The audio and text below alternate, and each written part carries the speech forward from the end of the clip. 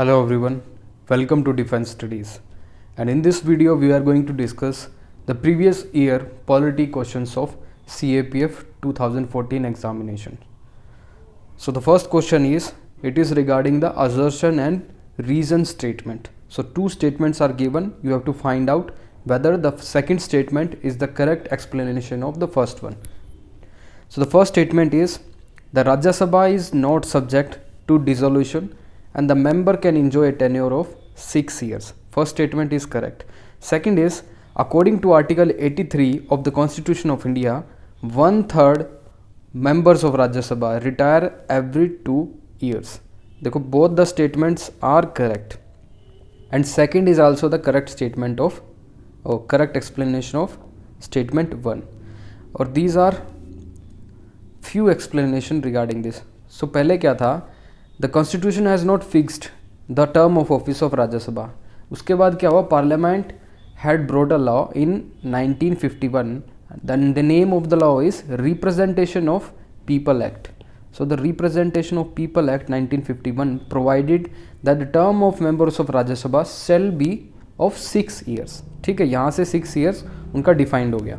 ठीक है, और राज्यसभा का इलेक्शन की बात करूँ, ये एक प्रोबेबल क्वेश्चन है. It is done through open ballot system. Means secrecy of votes इसमें मेंटेन नहीं होती, जो कि किसमें, लोकसभा और प्रेसिडेंशियल इलेक्शन में होती है. It is done by the open ballot system. So everybody knows किसने क्या वोट डाली है. ठीक है, और एक ये इम्पोर्टेंट है this point, it is the supreme court has said that voting against the parties that in Rajya Sabha means there is a one political party. अगर वो अपनी पॉलिटिकल पार्टी के अगेंस्ट जाता है, पॉलिटिकल पार्टी ने कोई विप इशू की है and he is going against the whip and he is voting in favour of another candidate. ठीक है, तो उस केस में डिस्क्वालिफिकेशन नहीं हो सकता उस कैंडिडेट का. ठीक है, it is not come under 10th schedule और द एंटी डिफेक्शन लॉ. ठीक है, next question same assertion and reason वाली स्टेटमेंट है. First statement is, impeachment procedure is a quasi judicial procedure and the president of India can be impeached only on the ground of violation of constitution. बिल्कुल correct statement है, because constitution में यही एक ground दिया गया है, ground of violation of constitution. But constitution में define नहीं किए हैं what will be the ground और व्हाट आर द ग्राउंड्स. ठीक है, like in the case of supreme court जज 2 ग्राउंड्स दिए गए हैं, मिसबिहेवियर और इनकैपेसिटी. बट प्रेसिडेंट के केस में क्या लिखा है, ओनली ग्राउंड्स क्या है, वायलेशन ऑफ द कॉन्स्टिट्यूशन. ठीक है, सेकंड स्टेटमेंट क्या है, impeachment procedure can be initiated in either house of the parliament. ये भी एक करेक्ट स्टेटमेंट है. But this statement, second statement is not a explanation for first statement. ठीक है, क्योंकि इसकी एक्सप्लेनेशन नहीं है, तो our answer is B. Both the statement are individually correct, but second statement is not the explanation of statement 1. अगर हम president के बारे में कुछ बात करें तो term of office of president कितना होता है, 5 ईयर्स का. ठीक है, इम्पीचमेंट जो प्रेसिडेंट की होती है, it's a quasi judicial process और किसी भी हाउस में इसको इनिशिएट कर सकते हैं. ठीक है, और constitution does not provide explicitly mentioned grounds of removal of president, जो कि हमने बात कर ली अभी. और इम्पीचमेंट की बात करें, अगर इम्पीचमेंट एक हाउस में इंट्रोड्यूस होता है, ठीक है, उस हाउस को पास करना पड़ता है विद दिस एब्सोल्यूट मेजोरिटी से, then it goes to another house, उसमें भी एब्सोल्यूट मेजोरिटी से पास होता है. So the last is the nominated member will they participate in the impeachment process of a president. Yes, although they do not participate in the appointment of president. ठीक है, उनके selection में जो nominated member हैं वो participate नहीं करते हैं, बट उसके इम्पीचमेंट में करते हैं. ठीक है, so next question is, which of the following does not relate to the fundamental rights as enshrined in the Constitution of India? First statement क्या है, free and compulsory education to all children of the age of 6 and 14. So right to education के under article 21A. ठीक है, this statement is correct. Second is prohibition of trafficking in human beings and forced labor. So article जो 23 है, it is relating this rights against exploitation. ठीक है, तो both statement are correct. Third is improvement of public health and prohibition of intoxicating drinks. ये हमारा किसी भी fundamental rights का पार्ट नहीं है. ठीक है, although it can be a part of DPSP, but fundamental right का नहीं है। Fourth is promotion of educational and economic interest of the weaker section of the people, specially the schedule and schedule tribes, schedule caste and schedule tribes. इनका नहीं है लेकिन for the minorities है, ठीक है। स्पेशली इनका लिखा नहीं हुआ schedule caste and schedule tribes का, but it is for the minorities. So our answer is 1 and 2. Fourth question, which of the following are true regarding the preamble of the constitution? First है the objective resolution, ठीक है। objective resolution was proposed by Jawaharlal Nehru and passed by the constituent assembly which ultimately become the preamble। बिल्कुल correct statement है। although जो objective resolution जो concept था, जो inception था, it was first given by M.N. Roy in 1934। thereafter objective resolution की demand थी जो first time was proposed by the Jawaharlal Nehru, ठीक है। First statement is correct. Second is the idea of preamble was borrowed from the Constitution of India, yes। Third is the word socialist secular was adopted by the 42nd Amendment Act in 1976, again a correct statement. Fourth क्या है, the preamble incorporates the fundamental rights of the citizen, ये बिल्कुल wrong statement है because preamble is non justiciable। Our answer is first 1, 2, 3। अगर preamble के बारे में थोड़ा सा अगर जाने तो फर्स्ट अमेंडमेंट 42nd अमेंडमेंट के अंडर हुई थी, 3 वर्ड ऐड किए थे, सोशलिस्ट, सेकुलर एंड इंटीग्रिटी। उसके बाद जो एक केस था important case, Berubari case of 1960, इसमें सुप्रीम कोर्ट ने बोला preamble is not a part of constitution but some assistance at interpretation of some law can be taken from this preamble, ठीक है। लेकिन केशवानंदा भारती केस में the supreme court, honourable supreme court had overruled the Berubari case verdict. उसमें क्या बोला, in 1973 में supreme court rejected the earlier opinion of Berubari and held that preamble is a part of the constitution. और LIC act of 1995 में supreme court again advocated that preamble is a part of the constitution. So 2 things you should keep in mind, that preamble is neither a source of power to legislature nor a prohibition upon the power of legislature, means it is non-justiciable, it cannot be enforced in the court of law, ठीक है। Next is, which of the following statement is true? First is the panchayat system exists in all states of India except Nagaland, Meghalaya and Mizoram. It also exists in all union territories except Delhi, ठीक है। First statement बिल्कुल correct है because we know in some the scheduled tribe states like north eastern states में PESA act PESA, panchayat extension to scheduled areas. So इस area में directly जो पंचायती राज है under 73rd amendment act, ये डायरेक्टली इम्प्लीमेंट नहीं होता। तो गवर्नमेंट ने क्या किया, पेसा एक्ट को, means some powers of this panchayati raj, some provisions will be implemented in these states through some amendment, ठीक है। तो PESA act specifically in north eastern states की जो वहाँ की यूनिक कैरेक्टरिस्टिक्स है उनको प्रिजर्व करने के लिए गवर्नमेंट ने ये पर्टिकुलर पेसा एक्ट वहाँ पे लाया। So first statement is correct. Second में क्या है, panchayat system is introduce in India by the constitution in 74th नहीं है, 73rd है। और पंचायती सिस्टम में ऐसे 2 मिलियन पॉपुलेशन की कोई सीलिंग भी नहीं दी गई है। और पंचायती जो सिस्टम है इसका 5 ईयर का टेन्योर होता है, ठीक है। और under article 40 it is given that panchayati raj system should be establish. So DPSP के अंडर ये मैंशनड है। Sixth is which of the following is और are true regarding urban local bodies. So urban local bodies 74th amendment act के under आई थी। First statement is the constituent assembly this constitution 74th amendment act envisages 3 types of urban local government, namely municipal corporation, municipality and city council. First statement is correct. Second is municipal corporation जो है वो उसी cities में आती है जहाँ पे 1 billion population से ज़्यादा हो, मीन्स 10 लाख पीपल, ठीक है। First and second is correct. Third is Bombay and Calcutta corporation was the first municipal corporation that were establish during British times. ये जो कि है गलत स्टेटमेंट है। So our answer is first and second. इसके बारे में अगर मैं हिस्टोरिकल पर्सपेक्टिव देखूं, फर्स्ट म्यूनसिपल कॉरपोरेशन जो थी मद्रास में थी, लेकिन इसमें क्या बोला है Bombay and Calcutta, that is wrong.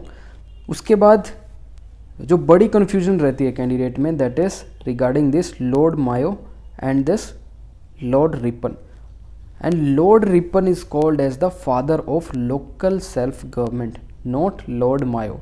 ठीक है, लॉर्ड मायो ने सिर्फ 1870 में क्या किया था, फाइनेंशियल डिसेंट्रलाइजेशन किया था।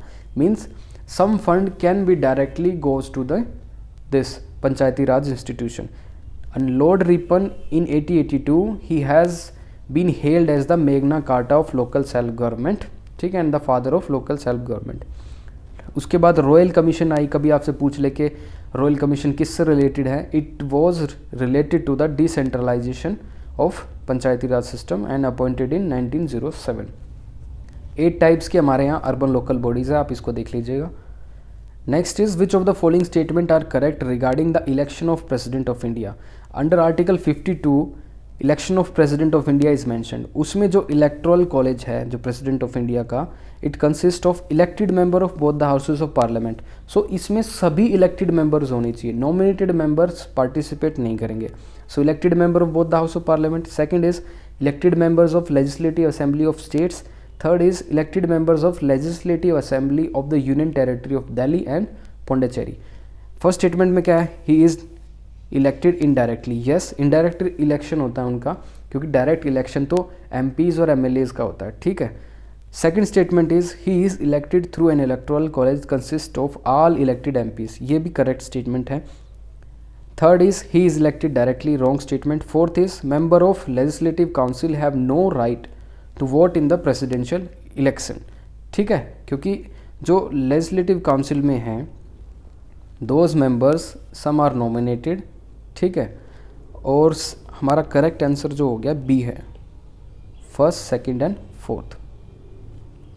8th question, which of the following are related to rights to equality. Right to equality जो है अंडर आर्टिकल 14 से 18 तक, उसमें पूछा है कि ये 4 statement lies under right to equality और नॉट। फर्स्ट क्या है, prohibition of discrimination ground of religion, race, caste, sex और place of birth. So discrimination क्या है अंडर आर्टिकल 15 है, ठीक है, prohibition on discrimination.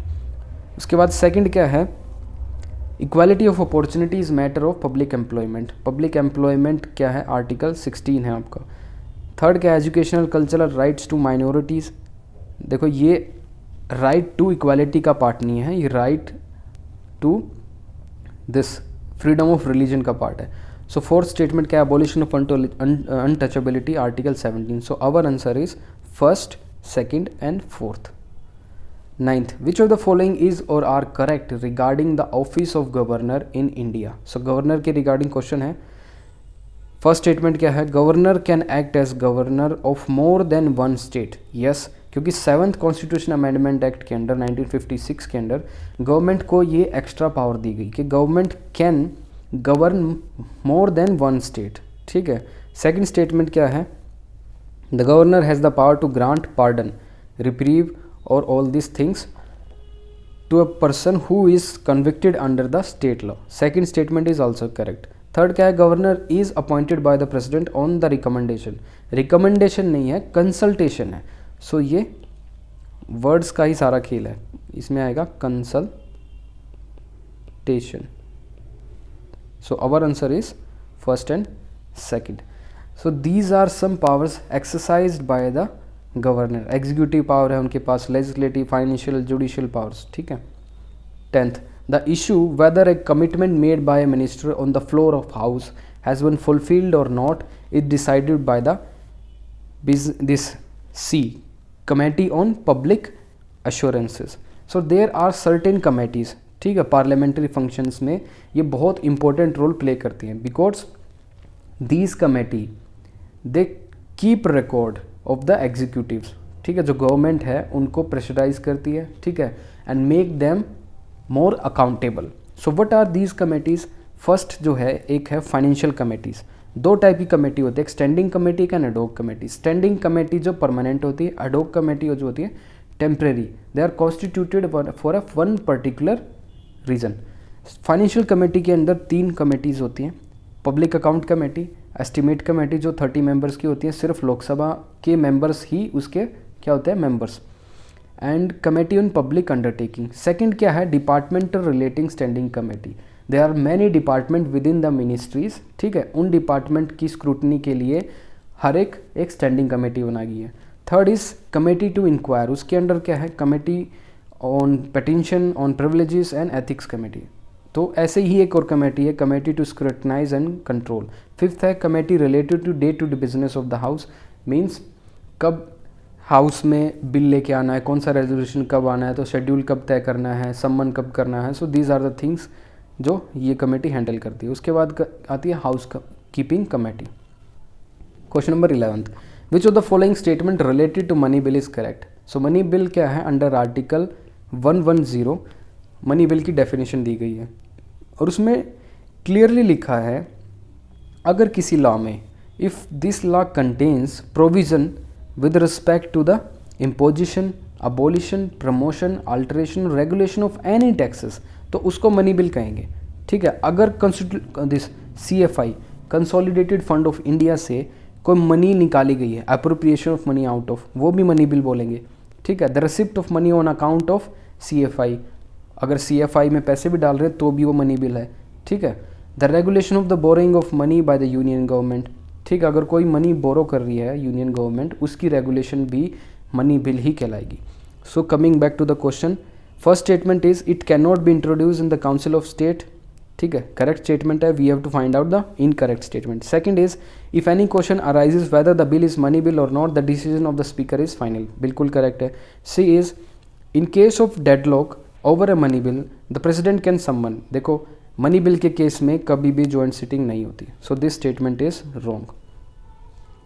12th, which of the following statement regarding rewarding the residuary power under the constitution of India is or are correct। regarding आएगा, rewarding नहीं, ठीक है। First statement is क्या है, residuary power have been given to the union parliament, so the union government के पास ये power है, बिल्कुल करेक्ट स्टेटमेंट है। बिकॉज अंडर 7th शेड्यूल, जो 7th शेड्यूल है उसके अंडर 3 लिस्ट है, one is union, second is state, third is concurrent, और एक और लिस्ट होती है रेजिडरी,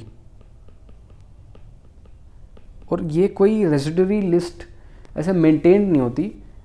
अगर वन पर्टिकुलर कोई सब्जेक्ट हमें पता चलता है, लाइक कोई एलियन इन्वेजन हो गया या उसको कैसे हैंडल करें, या फिर कुछ इस तरह का कोई इवेंट जो अभी हमें पता नहीं है, लेकिन इन फ्यूचर ऐसा कुछ आता है, तो उस पर लॉ कौन बनाएगा, यूनियन गवर्नमेंट, ठीक है। वो रेजिडरी पावर किसके अंडर आती है, यूनियन गवर्नमेंट।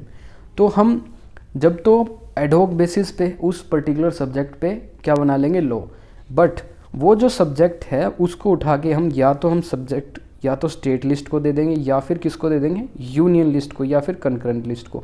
सो रेजिडरी लिस्ट में ऐसे कोई सब्जेक्ट हमेशा के लिए नहीं रहते, ठीक है, उससे उठा के हम इन 3 लिस्ट में डाल देते हैं। सेकेंड स्टेटमेंट क्या है, in the matter of residuary power the constitution of India follow the constitution of, Australian नहीं है, कैनेडियन है, ठीक है, कैनेडियन कॉन्स्टिट्यूशन से हमने रेजिडरी पावर का कंसेप्ट लिया है।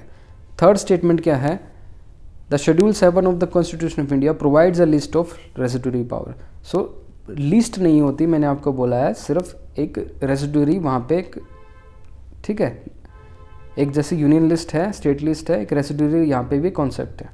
फोर्थ क्या है, the government of India act 1935 place residuary power in the hands of governor general, बिल्कुल ठीक है, ठीक है। So our answer is c, first and fourth. 13, which of the following statement about presidential system is और are correct. So presidential system होता है एक parliamentary system होता है। प्रेसिडेंशियल सिस्टम में हेड ऑफ द गवर्नमेंट भी वही होते हैं, head of the government is also head of the state, ठीक है। और क्लासिकल एग्जाम्पल किसका है, रियल प्रेसिडेंशियल सिस्टम कहाँ है, USA में, यूनाइटेड स्टेट ऑफ अमेरिका। और अगर मैं पार्लियामेंट्री सिस्टम की बात करूँ तो हेड ऑफ गवर्नमेंट कौन होता है, PM, और हेड ऑफ स्टेट कौन होता है, प्रेसिडेंट। सेकंड स्टेटमेंट क्या है, the executive can veto legislative act, ठीक है, ये स्टेटमेंट भी ठीक है। और प्रेसिडेंशियल में उल्टा है, वहाँ पे क्या होता है, legislature means the parliament can veto the executive act, ठीक है।